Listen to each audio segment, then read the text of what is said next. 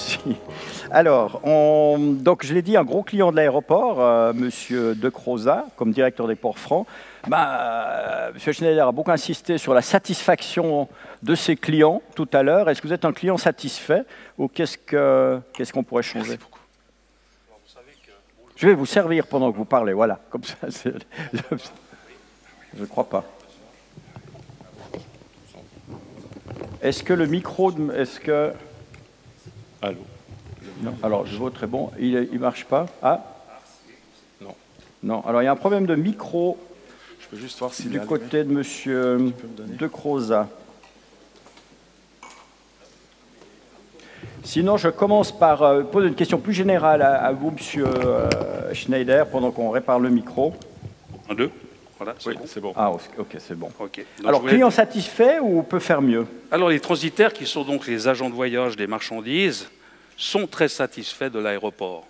Les priorités des transitaires, c'est des liaisons directes à développer au mieux les capacités de l'aéroport, c'est de la rapidité d'accès aux installations aéroportuaires, c'est des services précis de qualité qu'on attend, notamment associés au secteur des valeurs qu'on connaît, les montres, les bijoux, les tableaux, les grands crus, une rapidité de récupération des envois et des infrastructures permettant un conditionnement et un entreposage de grande qualité.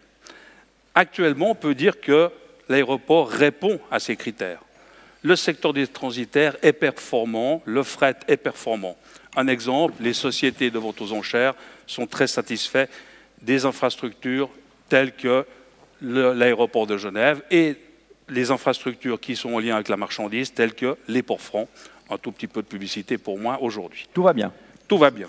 Pour les compagnies aériennes, le fret est un peu, ces messieurs ne me contrediront pas, le beurre dans les épinards. Un fret avionné à 50 tonnes, un fret camionné à 20 tonnes, un fret postal de 5 tonnes. On est donc à 75 tonnes de fret par année.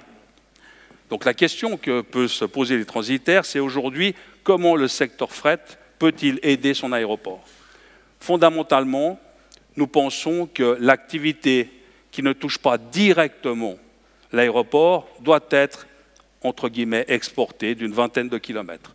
Donc nous sommes prêts à discuter avec l'aéroport pour se dire que toutes les activités fret et toutes les activités qui n'ont pas de lien direct avec un embarquement immédiat, si je puis me permettre l'expression, devraient se retrouver à une vingtaine de kilomètres dans une zone, on va dire, accessible pour les marchandises, qu'on puisse préparer le fret, qu'on puisse préparer les palettes d'expédition et ensuite qu'on vienne simplement à l'aéroport les consigner. Si je comprends bien, c'est un bâtiment qui est actuellement sur le site de l'aéroport que vous proposez de déplacer à 20 km de l'aéroport, c'est ça? On se proposerait plutôt de le vider, puis avec l'appui du Conseil d'État, qui est aussi notre officier de tutelle, d'en construire un nouveau et de faire un hub, là, un hub transitaire, un hub fret, un hub port franc, qui permettrait en toute sécurité, très important, en toute rapidité, d'avoir des marchandises qui se regroupent et on viendrait à l'aéroport juste pour les, on va dire, consigner. On pourrait avoir un peu le même système que les voitures de location, à savoir qu'aujourd'hui on a un guichet voiture de location, mais on va chercher sa voiture bien plus loin. Mais vous pourriez gagner de la place avec ça? Ça pourrait libérer de l'espace important? Je dirais le premier point important, c'est quand même, on voit en ce moment une croissance assez importante du fret. Que je l'ai dit, l'année passée, on a eu une croissance de 6,6% en 2016. Là, cette année, jusqu'en fin avril, on a déjà une croissance de 34,7%. Alors, vu l'exiguïté, on a besoin, et on est en discussion d'ailleurs avec les transitaires, sur des solutions qui ne se passeront plus totalement à l'aéroport. Parce que c'est vrai que les compagnies aériennes, surtout intercontinentales, ils aiment bien avoir C'est les pigeons voyageurs. Ok. Bon, on parle du fret, là. Non, alors... il est très important pour nous de pouvoir offrir aux compagnies intercontinentales la possibilité d'avoir du fret de haute valeur ajoutée qui paye bien parce que ça augmente l'attractivité, surtout aussi de Genève Aéroport, pour être une destination pour des compagnies intercontinentales qui est quand même le réseau qu'on veut développer. Alors là, c'est évident qu'il faut qu'on en discute parce que aussi le monde des transitaires est en train d'évoluer, où on a eu dans le passé besoin d'emballage spécial pour, par exemple, du pharmaceutique pour pour des questions de température.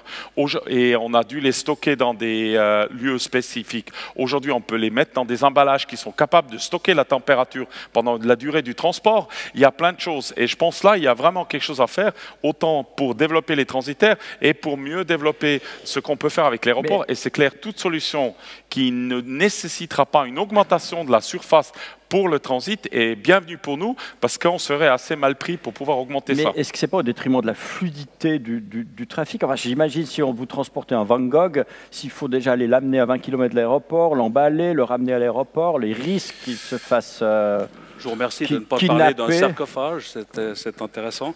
Donc oui, effectivement, pour un Van Gogh, l'important c'est la sécurité. Donc si on est dans un bâtiment qui est adapté à ceci, on pourra vraiment amener le Van Gogh dans sa caisse qu'au moment de la consignation. Donc là, je pense que tout le monde est gagnant sur le timing. Tout à fait. Ce qui compte pour nous, c'est de se dire que où nous travaillons aujourd'hui, où nous prenons une certaine place, on est capable de la laisser, de laisser une grande place disponible et surtout un accès proche du tarmac. C'est un bâtiment qui est très très proche du tarmac, donc ça permettrait à l'aéroport d'envisager une nouvelle zone de sécurité pour embarquement ou je ne sais quoi. Et juste pour donner un exemple, aujourd'hui on a déjà des grandes entreprises de logistique ici sur Genève qui en fin de compte sont eux-mêmes l'entreposage pour toute une gamme de produits et c'est eux qui vont produire les palettes qu'il faut mettre après dans les avions pour distribuer dans différents lieux dans le monde. Et ça, je veux dire, ça donne une plus grande facilité, même s'ils sont peut-être à 20 ou 10 km de l'aéroport. Et en plus, ils peuvent comme ça aussi offrir aux compagnies aériennes des palettes configurées qui sont en bon équilibre entre la taille, le poids et tout ça. Alors je pense que c'est vraiment dans une optique de vraiment améliorer ça et l'idée c'est pas non plus d'enlever totalement l'infrastructure sur l'aéroport mais de la vraiment utiliser pour ce qui elle était nécessaire et où il y a des besoins spécifiques mais de ne pas ralentir la possibilité de la croissance du fret par le fait qu'on n'a plus la place supplémentaire à ajouter. Mais on génère du trafic supplémentaire avec cette solution. Ben, comme j'ai dit, pour une compagnie aérienne qui vient pour une nouvelle ligne intercontinentale, ben, elle va d'abord poser la question combien de passagers elle peut avoir quotidiennement. Et la deuxième question, elle va poser combien je peux remplir mon fret.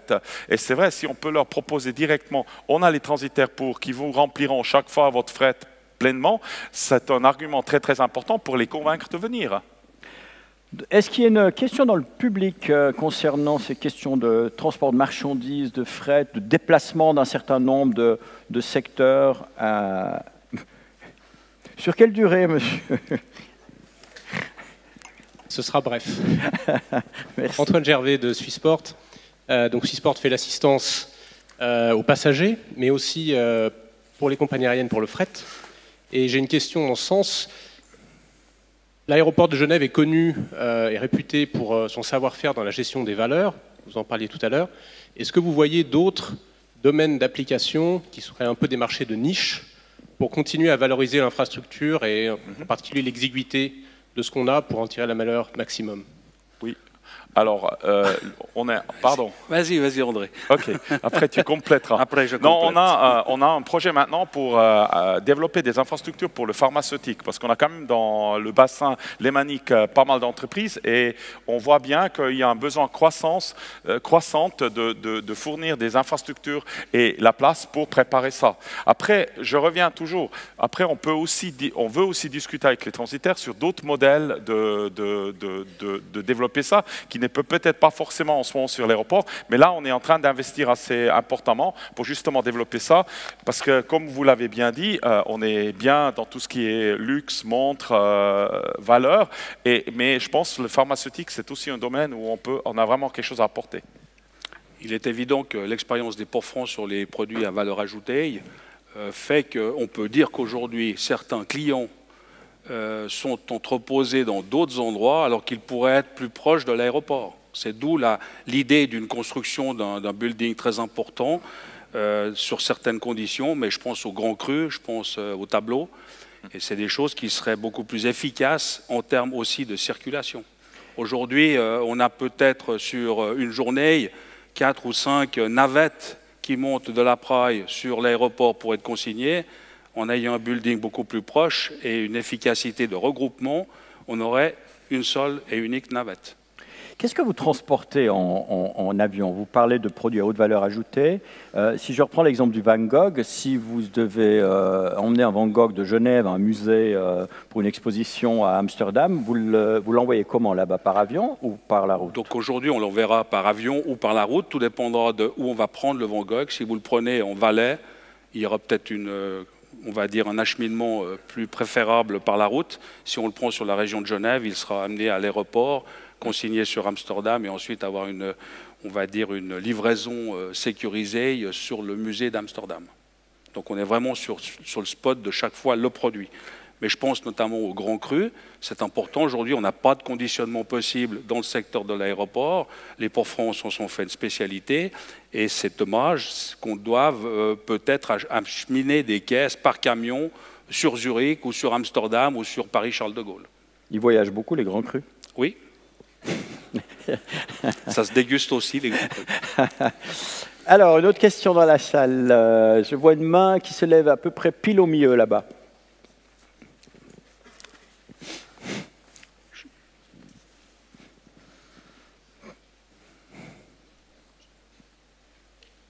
Merci. Ma question s'adresse à M. Descrozat. Vous en avez soit trop dit ou pas assez. Décentraliser ou construire donc un bâtiment à l'extérieur de l'aéroport pour la palettisation, c'est bien, mais l'exiguïté du territoire, on la connaît. Du côté de Plan-les-Ouates et tout, ben, je ne pense pas que ça serait l'idéal avec l'autoroute. Donc je vois que soit la zone de Meyrin-Satigny, soit du côté du canton de Vaud, nos voisins. Et alors, est-ce qu'il y a déjà des idées à ce niveau-là? Parce que l'idée est bonne, mais il faut peut-être un jour la concrétiser. Est-ce qu'il y a cette possibilité? Des projets? Oui, alors des projets, il y en a. Et donc, il y a des idées. Et maintenant, il faut les partager avec les prestataires, à savoir l'aéroport, les transitaires, les compagnies. Tout est important. Mais vous avez tapé juste, effectivement, la zone de Plan-les-Ouates, non, je crois que c'est exclu.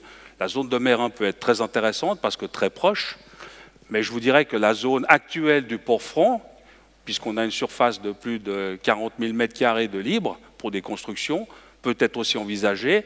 Nos clients qui arrivent à l'aéroport, aujourd'hui, sont toujours très surpris d'être en 12 minutes directement sur le site des Ports-Francs. Donc aujourd'hui, tout est possible également sur le canton de Vaud, pourquoi pas. Et aujourd'hui, je pense qu'il faut se refuser à émettre un avis précis, il faut étudier toutes les possibilités. Et je rappelle que la branche principale de ce projet-là, c'est la sécurité et c'est l'acheminement pour vraiment un timing de consignation à l'aéroport et non pas s'engouffrer dans une circulation, ramener des camions supplémentaires. Non, ce n'est pas ça le but. Le but, c'est vraiment d'alléger l'infrastructure aéroportuaire d'un bâtiment et c'est d'alléger également la consignation. Si on le fait le matin très tôt, si on le fait peut-être en dehors des heures, c'est très important. Ça, on peut choisir. J'aimerais juste encore donner un avis par rapport à ça. On a lu dans des journaux qu'aujourd'hui, par rapport à, on va dire, les avions privés, on parle d'un aéroport à Payerne qui va ouvrir, voire même une douane et un port-franc à Payerne. Je dirais juste qu'il faut parler de choses réelles. À Payerne, c'est joli, ils ont une piste, ils aimeraient l'utiliser, mais je ne vois pas comment ils pourraient ouvrir un port-franc à Payerne alors que les autorités douanières fédérales viennent de fermer un port-franc à Vevey, qui lui avait 500 millions de tableaux en entreposage. Donc c'est important d'avoir vraiment une vision, on va dire, internationale, et je dirais même intercantonale. Voilà. Voilà. On va en rester là avec cette question de fret, puisque finalement on n'a plus le choix là. Je profite juste encore de votre présence, parce que je crois que vous devez partir un petit moment, M. Schneider, avant d'aborder la table ronde, mais ça peut la lancer aussi d'une certaine manière. Vous qui êtes un visionnaire, aujourd'hui les progrès technologiques sont exponentiels, ça va à une vitesse folle, l'innovation, etc. Si on devait se projeter dans 20 ans, à quoi ressemblera l'aéroport dans 20 ans? Qu'est-ce qui pourrait changer, mais fondamentalement par rapport à la situation d'aujourd'hui? Alors, Je ne vais pas aller dans les plans les plus fous qu'on pourrait imaginer, comme des drones personnalisés qui pourront amener les gens de l'aéroport vers le centre-ville, mais je pense qu'on aurait une pénétration de voitures autonomes très importante. Ce qui veut dire quelque part, peu de monde aurait une voiture propre, on prend un endroit, une voiture, on va à l'aéroport, alors on aurait probablement beaucoup moins d'infrastructures de parkage et autres. Deuxièmement, je pense quand même que il va y avoir quelques éléments qui ne vont pas changer, même si la technologie va aider de la simplifier. C'est tout le côté contrôle sûreté. On ne va pas pouvoir s'en défaire parce que les craintes sur sécurité resteront. Donc au niveau de la fluidité des passagers, il n'y a pas tellement de progrès à la attendre. fluidité des passagers va venir par le fait qu'on va quand même, sur les années à venir, développer des concepts comme on a pour le fret de passagers connus. C'est-à-dire, on va introduire le concept, quand vous prenez un certain effort, que vous pouvez vous faire connaître, d'ailleurs aux États-Unis ça existe déjà, qui vous donne un accès beaucoup plus fluide, moins de contrôle. Alors on va aller vers les vrais voyageurs réguliers qui prendront ce type-là. Il y aura aussi des nouvelles infrastructures qui faciliteront tout ça. On va quand même déjà aujourd'hui, Genève Aéroport va probablement introduire pour l'année prochaine des premiers scanners ou rayons X pour des bagages à main de la nouvelle génération qui permettront de tout laisser dedans. On peut vérifier, même si vous laissez l'ordinateur dedans, les liquides. On a une volonté de faciliter tout ça. Mais là, on dépendra de la technologie. Mais je pense que dans 20 ans, tout ce processus ne va pas disparaître, mais être facilité, fait plus confortable. Je pense que l'enregistrement va devenir une denrée très simpliste. Je veux dire, c'est automatique. Beaucoup de gens n'enregistreront plus. Et finalement, j'espère que dans 20 ans, quand vous venez à l'aéroport, l'heure que vous devez quand même passer pour être à l'heure là et tout ça, vous allez avoir vraiment l'opportunité de vous dire, je me fais une expérience, goûter du vin ou du whisky, ou peut-être manger quelque chose, ou passer un bon moment avec mes enfants dans une salle de jeu ou des choses comme ça, vraiment pour vous préparer à votre voyage, que vous êtes déjà dans un esprit d'aller plus loin. Et pensez à vos recettes commerciales. Ça aussi. Voilà. Il ne faut jamais oublier le basic. Merci, messieurs. Merci. On arrive maintenant au moment de la table ronde. Alors, pour cette table ronde,